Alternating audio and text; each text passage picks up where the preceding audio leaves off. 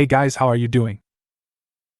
Is it true Huawei bypassed US sanctions and created Mate 60 Pro, a 5G capable flagship? Yes, that's correct.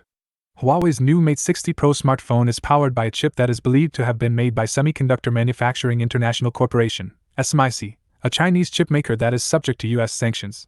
The sanctions prohibit SMIC from using US technology to manufacture chips for certain applications, including 5G networks. The fact that Huawei is able to use a chip made by SMIC is a major breakthrough for China's chip industry. It shows that China is making progress in its efforts to become self-sufficient in chip manufacturing. The development is also a setback for the US, which has been trying to use sanctions to slow down China's technological progress. It is not yet clear how Huawei was able to get SMIC to make the chip for the Mate 60 Pro. Some experts believe that SMIC may have used workarounds to avoid violating the US sanctions. Others believe that Huawei may have obtained the chip from a third party. Regardless of how Huawei got the chip, the development is a major milestone for China's chip industry. It shows that China is capable of producing advanced chips despite the US sanctions. This is a major step forward for China's technological ambitions, and it could have a significant impact on the global chip market.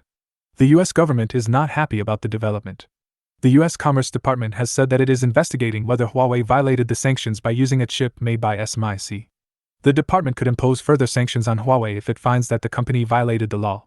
The development of the Mate 60 Pro is a reminder of the growing rivalry between the US and China in the technology sector. The two countries are locked in a battle for technological dominance, and the chip industry is a key battleground. The US is trying to maintain its lead in chip manufacturing, while China is trying to catch up.